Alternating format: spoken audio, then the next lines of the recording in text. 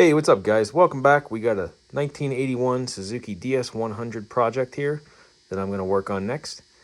This one I just picked up the other day, and it kind of jumped ahead of some other bikes on the project queue just out of convenience.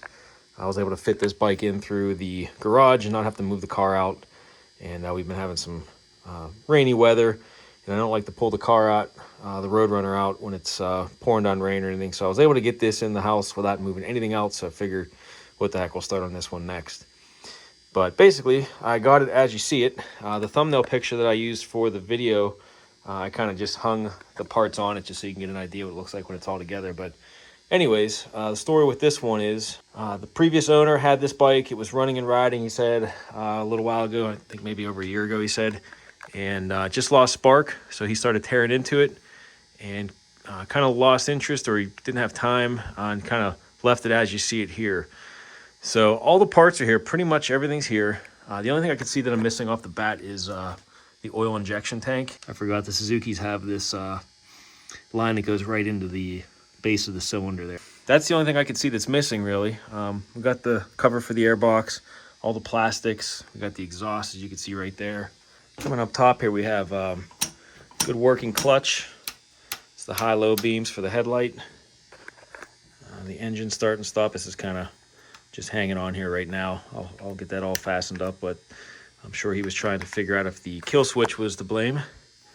Looks like we got an on and off switch for the lights, and then a throttle assembly needs hooked up. And it's got front brakes too that aren't sticking. See what the back brakes are doing. They're not sticking either. Good deal. Got a headlight fully intact. He said it did work when it was running, that and the tail light. On the badge here we got, looks like manufactured September 1981. Yeah, so from what I read online, I think 81 was the last year for the DS100. It was discontinued after that. We got good compression here too. Moves nice and freely. About to tear into this carb here. It looks like this is where the oil injection tank would go, right in here, if it did have it still. See if I can maybe locate one. It'd be cool to hook that back up. Everything is here to make it work. Just got to figure out the nose spark. Seat's in good condition. I'll have to go through all the basics and just kind of test everything out one by one, because he said he did tear into it. Looks like the flywheel was off at 1.2 because this is all loose, finger tight. I'm assuming, I didn't see any points in there, so I think this is either a CDI setup or maybe converted to CDI. I don't know. I'll have to look and see with the 81 DS's what they had from the factory. But yeah, I couldn't see any points in there, so I'm assuming CDI. Getting a look at what's in the box here. Got a fuel tank, which is in very good shape. No rust, a little bit of surface rust. But I opened this up, and I did not see any major rust inside. Get a look here again. So just a little bit, but I've dealt with a lot worse. This is pretty solid. That last Suzuki TS that I had, the 1980 model, had major rust right in here from where the seat rubbed, and this has barely any paint worn away, so we're good there. We got side covers. That one looks fairly complete. This one's a little cracked. No big deal. We got, yeah, this is the side cover, the flywheel cover. Bolts are in there too, it looks like. There's the airbox cover. And this is the clutch arm cover here that goes right here on the engine. That's good. Looks like he's got the screws taped in there too, the bolts. Nice. And I think this is a chain and sprockets here. Additional chain and sprockets.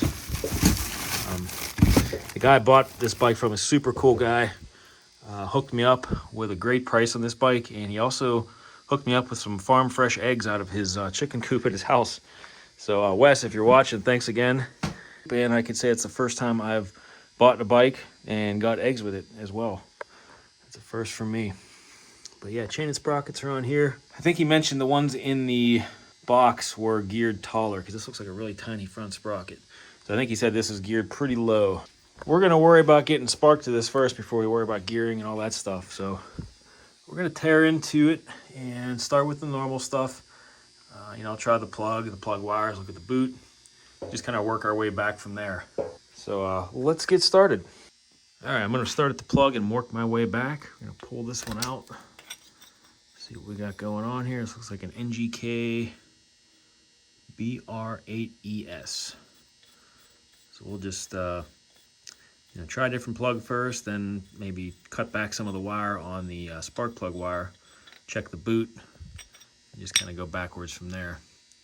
So yeah, we got NGK BR8ES, and it doesn't look too bad. It's not new, but it doesn't look like it's filed out or anything. So let's get this hooked up. See if anything happens. Okay, I got the kill switch in the run position here. And I'm just gonna hold this right here and see if we get any spark. Not really expecting it, but I'm gonna try it.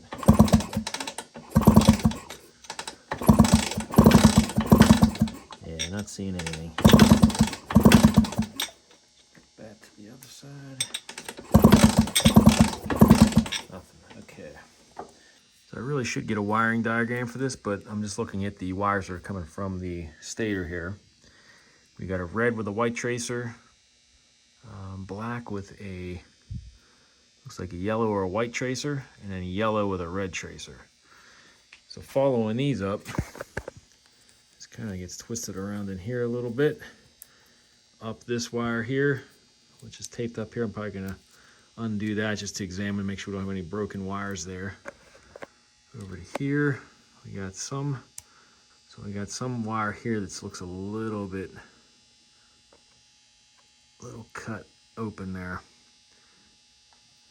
So we'll follow this back here. It looks like they got some wire that was spliced together, and that goes up into the headlight bucket. So let's get the headlight bucket off next, just to make sure everything looks hooked up and correct in there too.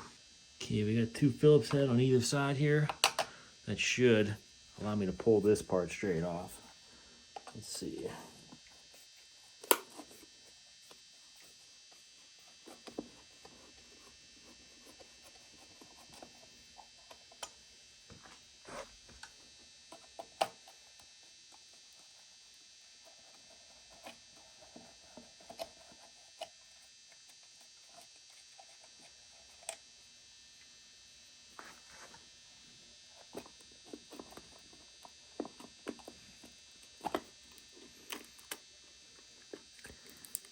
Okay, we got a lot of stuff taped up in here.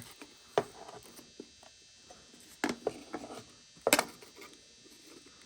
me get the headlight unhooked and out of the way so I don't break that. Okay, so the kill switch is the one I'm really worried about. So if we follow that down, so that goes into here. This wire. Some of that stuff. Okay, so that splits off. You got the ground wire, and then yeah, there is that one with the black and yellow tracers. We got a black and yellow tracer, black and white tracer. So I'm actually going to disconnect this just to eliminate the kill switch altogether, and then give it a few more kicks and see if we get any spark. Okay, let's see if we can get lucky here.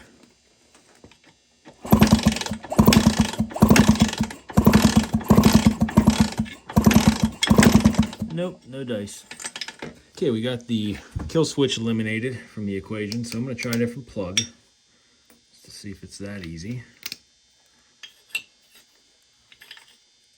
It's usually not. Okay, here we go.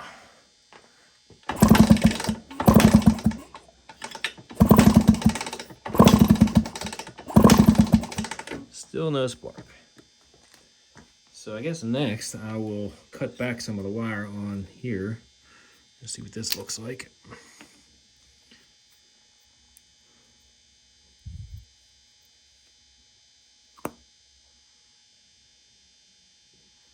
There is some exposed wire there,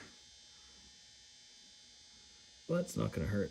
Cut it back a little bit. Try that. Go back a 1/4 of an inch or so.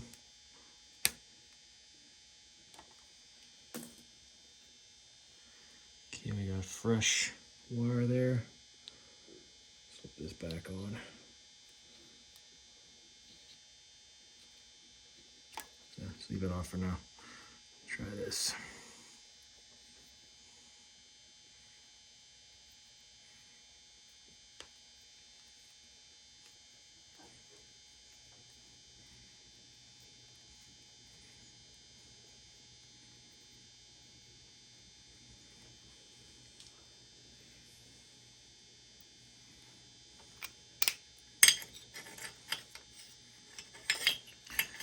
See if it does anything.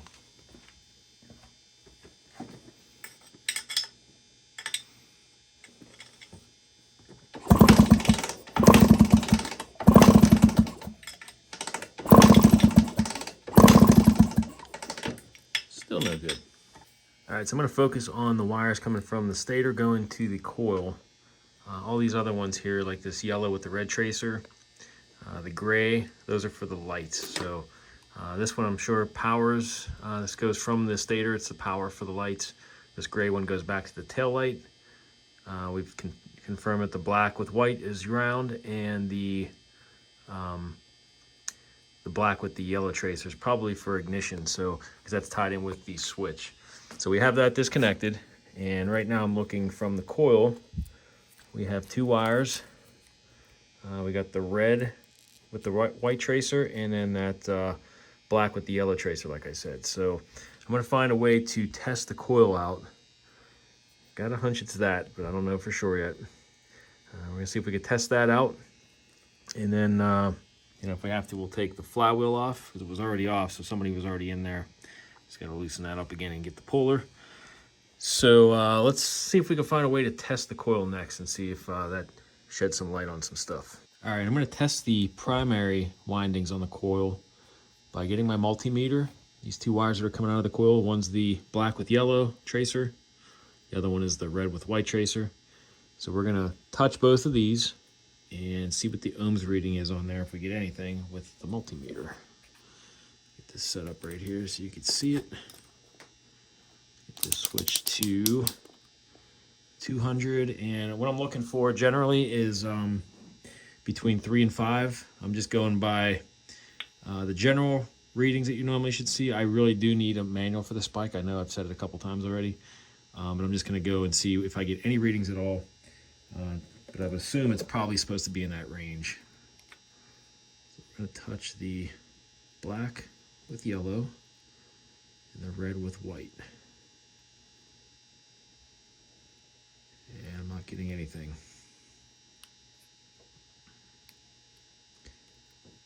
Okay, that's no good. Let's just test this. Yeah, so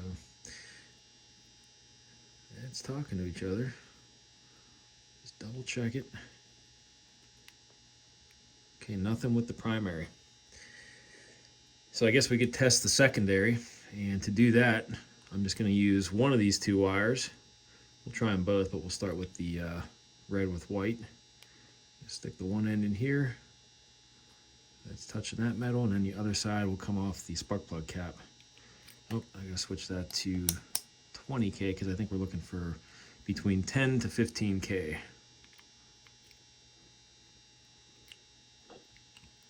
I'm not getting anything there either. Let's try the other wire just to see if anything changes. Nothing.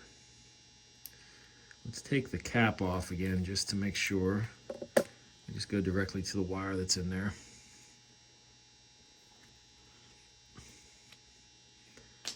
Pull this off again. Okay, I'm just going to put one end right in the exposed wire. And I'm just going to touch the other end on one of these 2 wires here. Okay, there we go. All right, so that time I'm getting a reading. So I wonder if the cap's messed up. All right. Although I should have gotten a reading between the 2 primaries, I would think too, but Anyways, yeah, it was 14.5 or 6.5. So that's between 10 and 15. Let's see if we get anything on this one.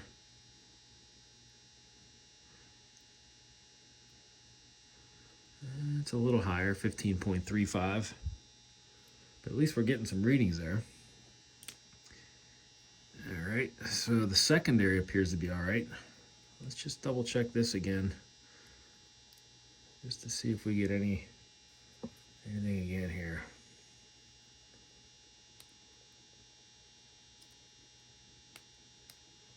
Yeah, I'm not getting any readings on the primary.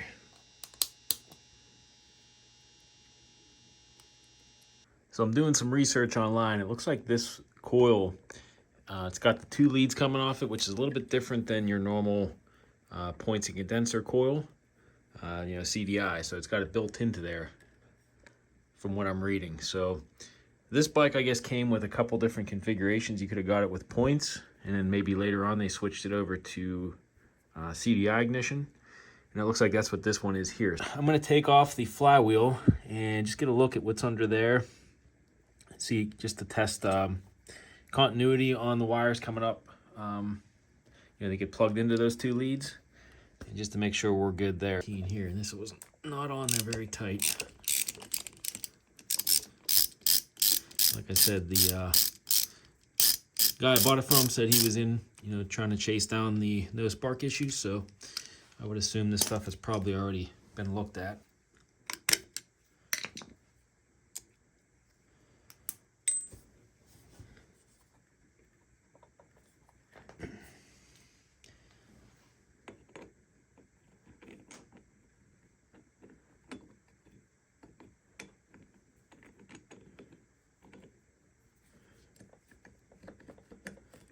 These threads aren't the greatest on there.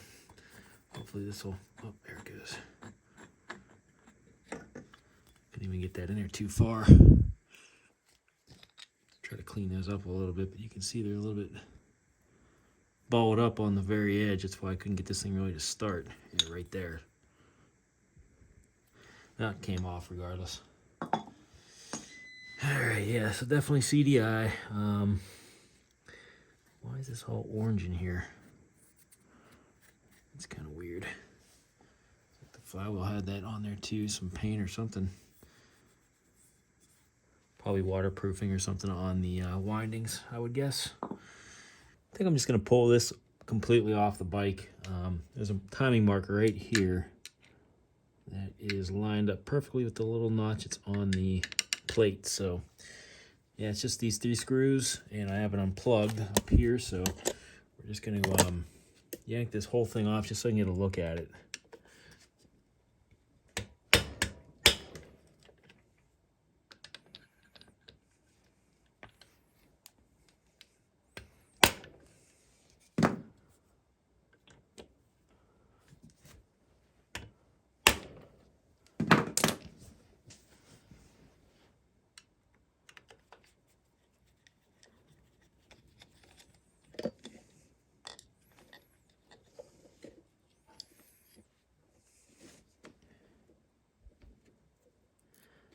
What this orange paint's all about.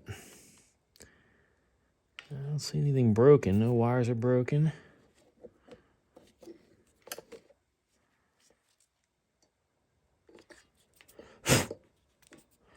Guess I'll see if I can get any kind of continuity on here to the other end and see what happens. Okay, we got the stator off. I'm going to test for resistance on these wires. We're going to do that in ohms. I got it set to 200 on my multimeter here. And just going to touch each one of these wires and then touch ground on the plate and see if we get anything. All right, we'll do the yellow with red first, which I think is for the lights, so it's really not that important in this case since we're looking for spark. But we're gonna get measurements on them all. Okay, that one is showing me 1.2, 1.1. Okay, I'll have to look and see if I could figure out what these mean afterwards, but I just want to see if we have any resistance on these. Black with yellow tracer, we're going to see what we got here. Okay, 2.2, 2.1. Okay, Now we're going to do the red with a white tracer, which goes to this pickup coil.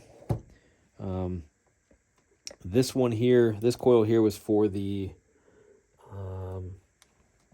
let's see. Yeah, this one was for the lights, and then this one was for the black with yellow tracer, which is probably for ignition. So let's do the red and white now.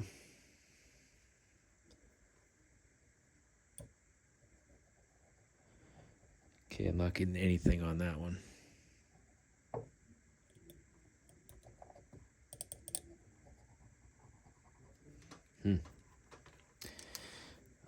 Yeah, I should be getting something there, I would think. So it might be an issue.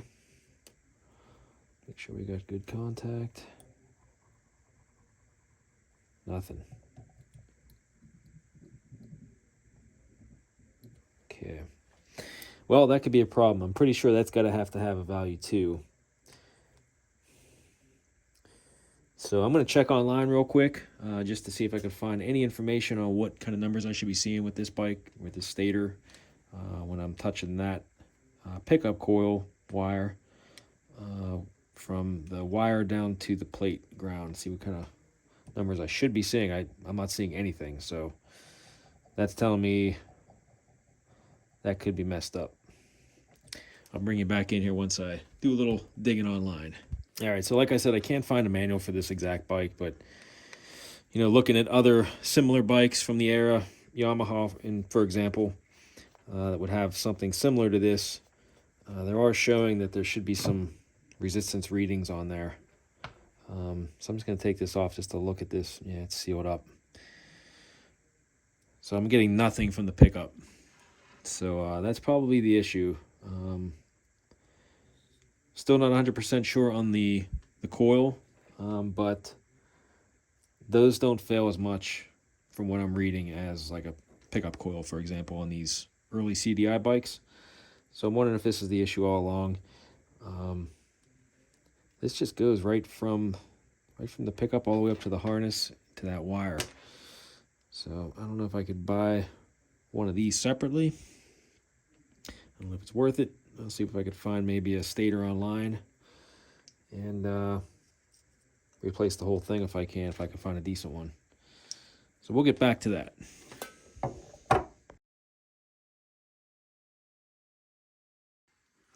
All right, guys, fast forwarding a couple days later here, I got lucky over the weekend and was able to find a exact replacement Stator on eBay. And the seller was nice enough to be able to take some measurements for me on this versus the one I had.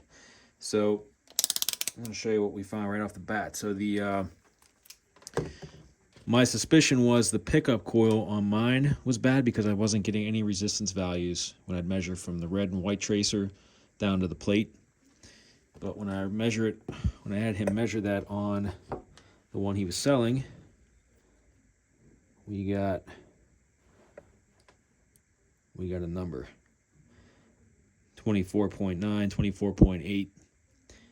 So I'm going to throw it on the bike. We're going to see if we get spark, but both the black and yellow are showing the same numbers on my original one. So those coils were probably good, but it was the pickup that seems like it was bad.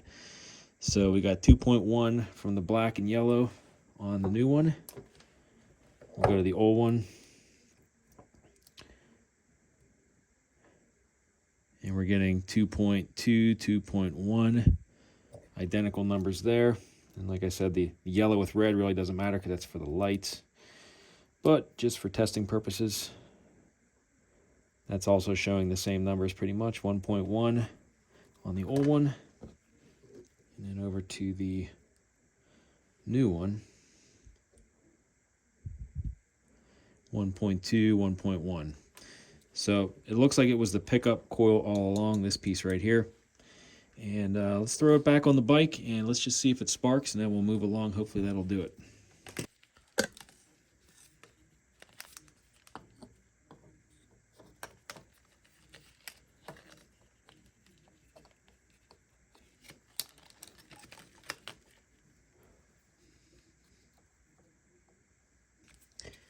Got that little timing mark lined up there again. Right there is dead on.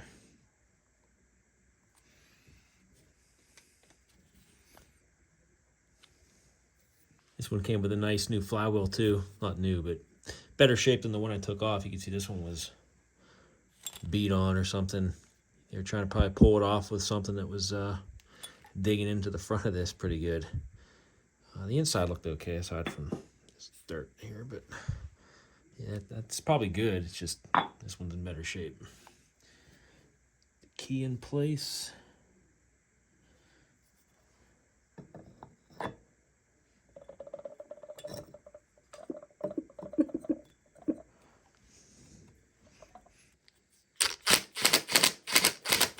Okay, I hooked up the 3 wires coming from the stator into the wiring harness, back up to the coil up top here, and gonna get the plug sitting on the edge. Let's see what happens here. Fingers crossed. Get a better angle here for you.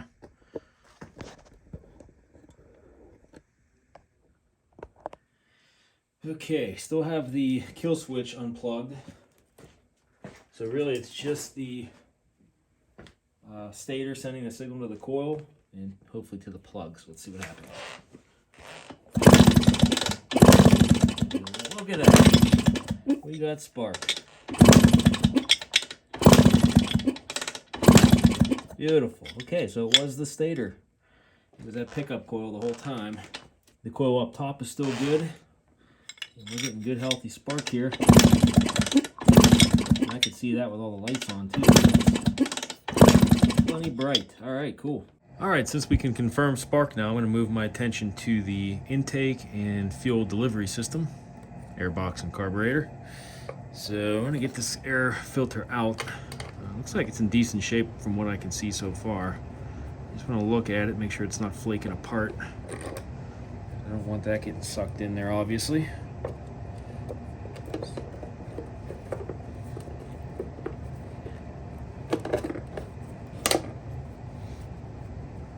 Yeah, it's still in good shape. It's not dirty. So that's good. This all looks pretty clean in there too. Okay, I think I'm just gonna throw this back in there for now. And probably take that carburetor off next, clean that out, because I'm sure it's probably gonna need it.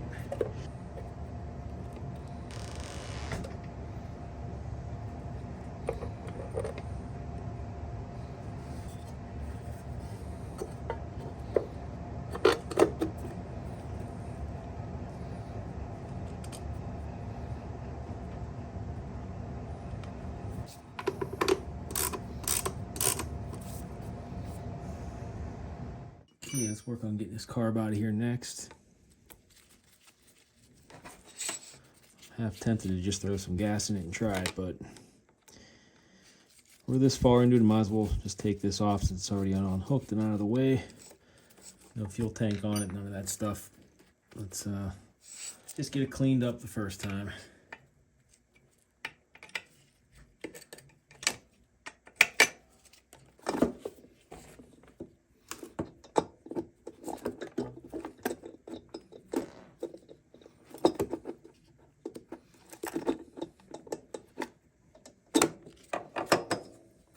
Okay, we're gonna crack open the carb. I don't hear any fuel in there.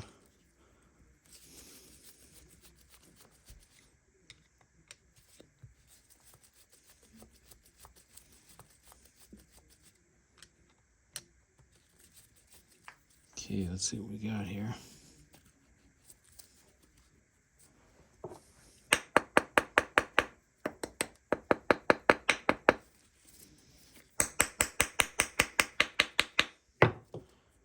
A little stuck on there.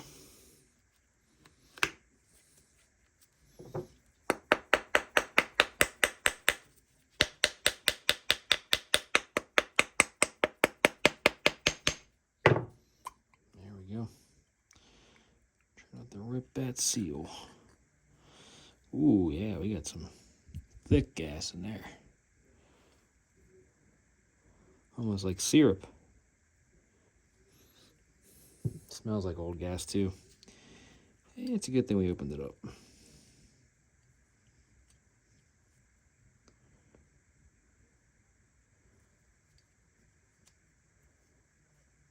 Okay, the seal's still intact. That's good.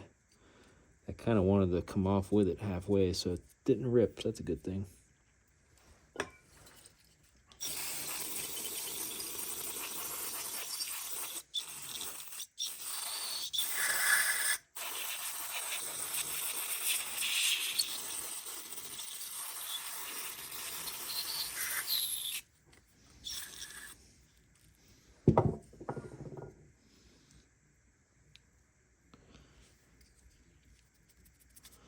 Yeah, it's syrupy.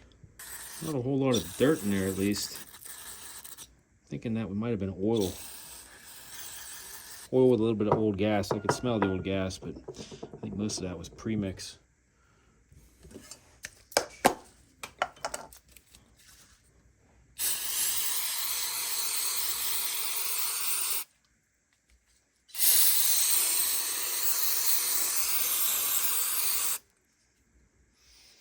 Yeah, it looks pretty good shape. These jets out. See what they look like. Try the pilot here first.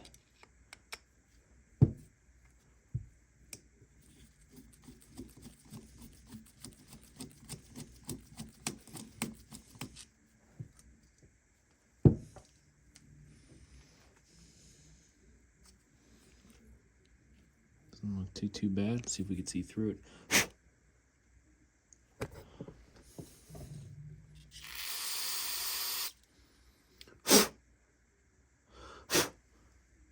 Yeah, it's surprisingly that's open already. Can see through that.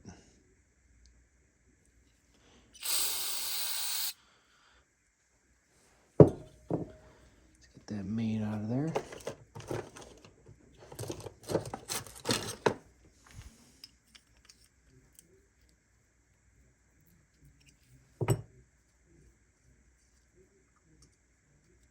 For reference, I got a 85 main jet and a 30 pilot jet. I'm going to take the air screw out next. We're going to screw it in, see how many turns we got in or out. So we know a reference point there too. There's one.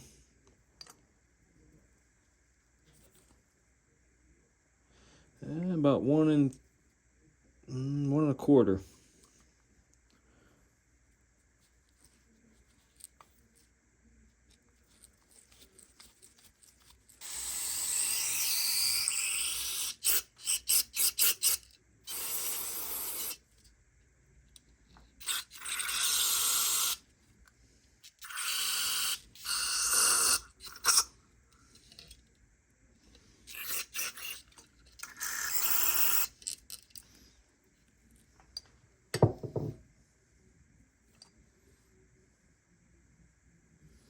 A little washer with a rubber O-ring on there. Goes into the air screw area. Doesn't look too bad, really. This outside cleaned off a little bit, and all the patches just appear to be opened. See if we can take a look at that float needle.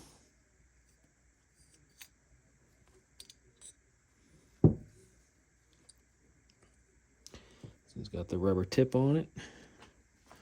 Doesn't look bad.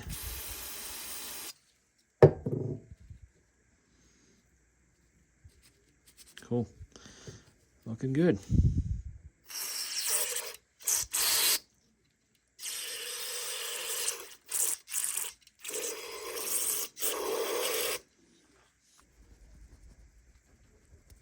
Don't hear anything in the float. Let's get this thrown back together.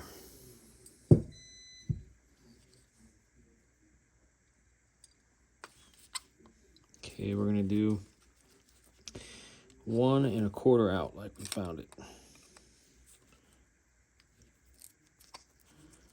There's 1 1/4.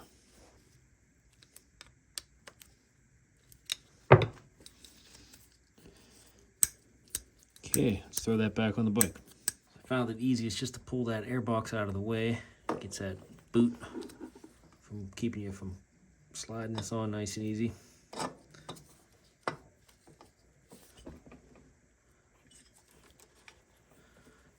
this in place before we go get dirt down in there.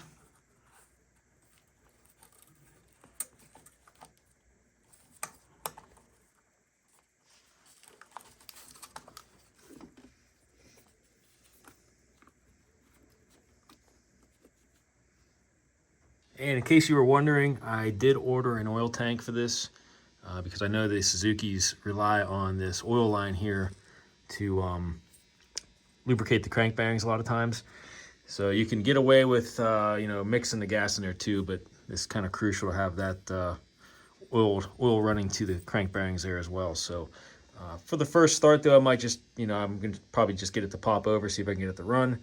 And you know, I got the tank on the way, so we'll get that hooked up. And I got the oiler calibrated and hooked up with the new cable. So when you twist the throttle, you get those lines that match up. So we're all good there. I did get a new throttle cable too, in case you were wondering. I got this all figured out. So we got a working throttle again. So just one step closer to getting this running. I'll probably just throw some premix in there just to see if I can get it to run for a couple seconds here, you know, just to make sure everything's good. Because I don't have the tank quite yet, but we're going to get everything back together, exhaust, put that back on, get an auxiliary fuel tank on there just for now with some premix, and see if we can get it to fire up.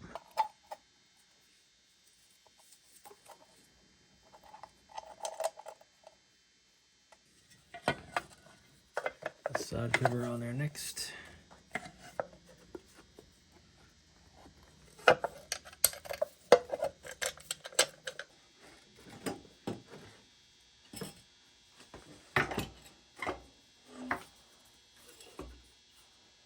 Actually, it's going to go behind there.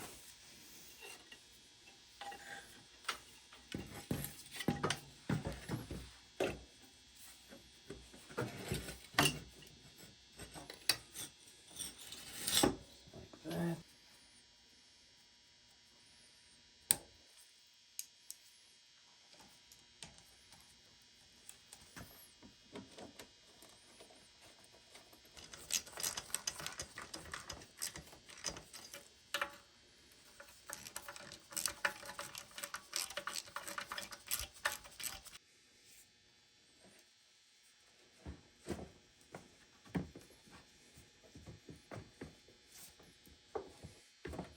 The clutch is already adjusted, feels pretty good, so we're just going to throw this cover back on now.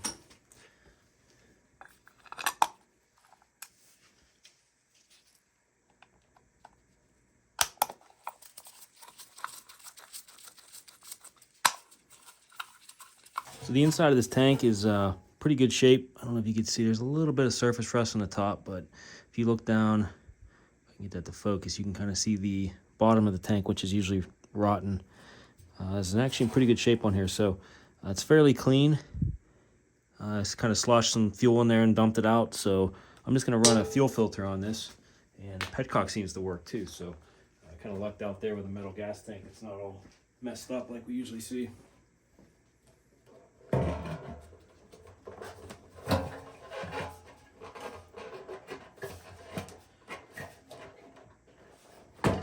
Gonna drain the oil real quick.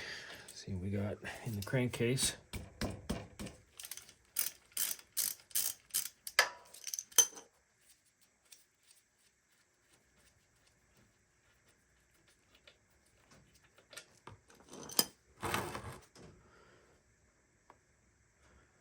It's fairly clean oil. That's good. Looks like there was quite a bit in there too. It looks like we got every bit of 800 milliliters is what supposed to go in this, so that's a good sign. I'm gonna put the drain plug back in and fill her back up. 800 milliliters going back in.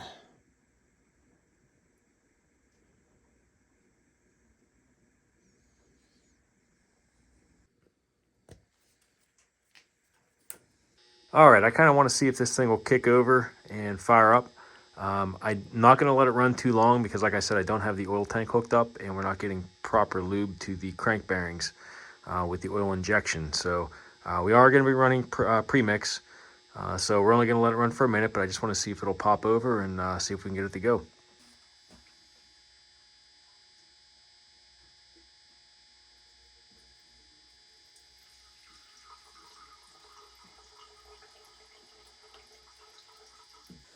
Okay, let's turn this on, see if we get any leaks.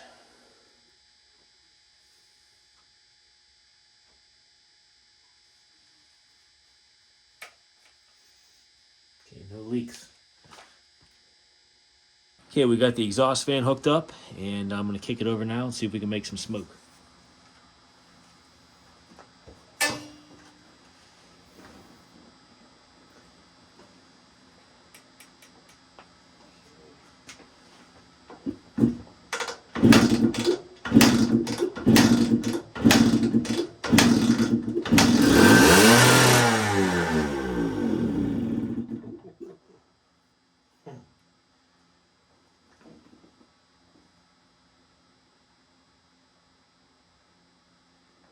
Might have that slide in there wrong. Doesn't feel like it's in there wrong.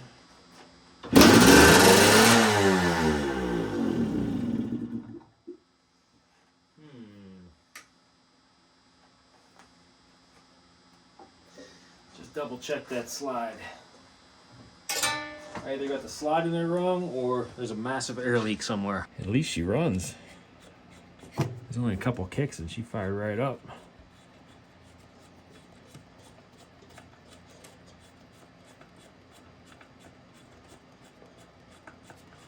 I'm hoping it's just that the slide's in there stuck up too high or something. Well,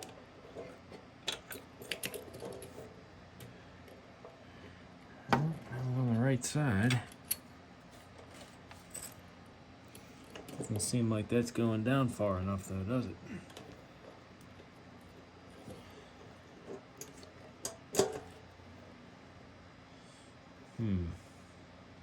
Okay, this time I have the throttle unhooked. I was thinking this might be pulling on a little bit too much. So I know that's closed all the way there. So we're gonna run it without that for a second just to see if it revs the moon again. Let's give it a try.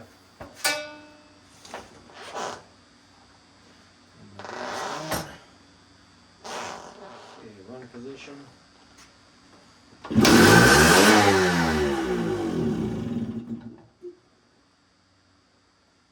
We're still revving to the moon. All right, so I definitely got something going on with the aftermarket cable. I think it's a little bit too short. I'm gonna have to mess with that a little bit. So what I did was take the throttle cable out completely, drop the slide in, and I kind of turned up the idle to where I think it would be, just opening up the slide to allow it to idle. So I'm gonna give it a couple more kicks. We'll see if we'll know if the idle stays low, we're good. If it climbs, we got an air leak somewhere. So let's give it a few more kicks with the idle turned down low with no throttle cable in it. I think it was just the throttle cable holding it up.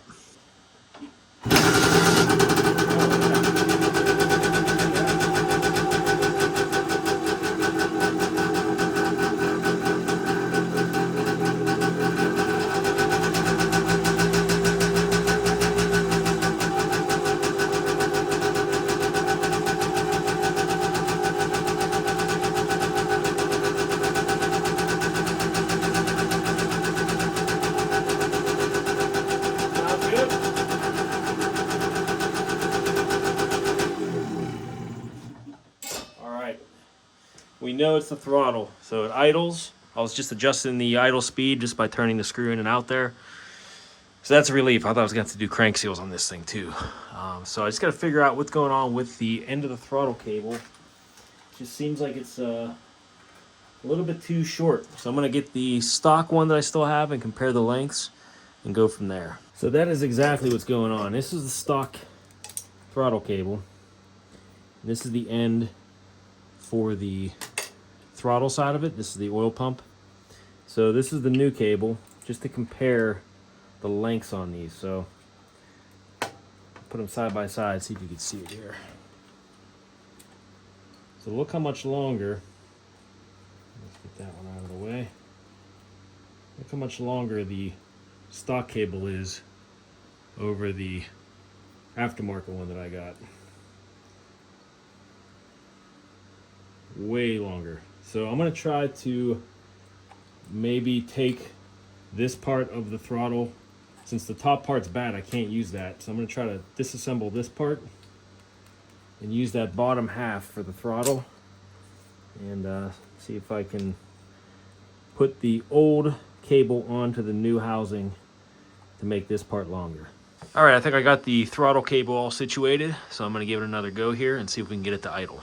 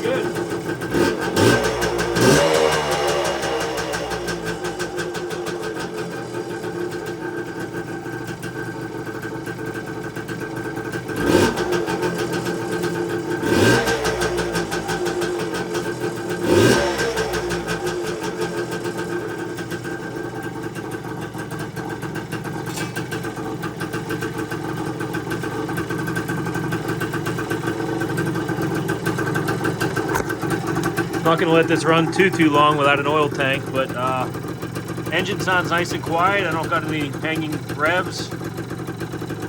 I can't believe it's idling this good already. We got lights.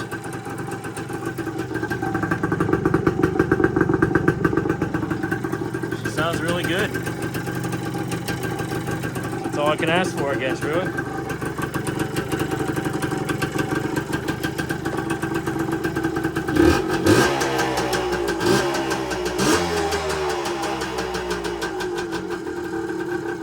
Yeah, idle comes right back down. That's great. Good deal. It's a nice little bike. All right, guys, I'm going to leave off here on this video. We've got a nice little running bike here in our hands. Just got to take it up and down the road just to make sure it shifts through the gears. But, you know, pushing it back and forth in here, it seems like it is shifting no problem. So we're going to wait for a little nicer day to get this outside and do that ride.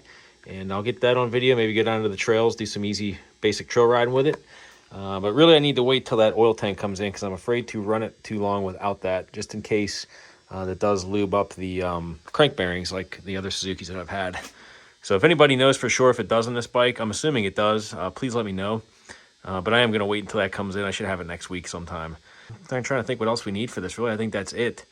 The tires are decent. You know, the fronts are kind of worn down, but you know, both front and back are holding air. The brakes work good. The clutch seems to work okay.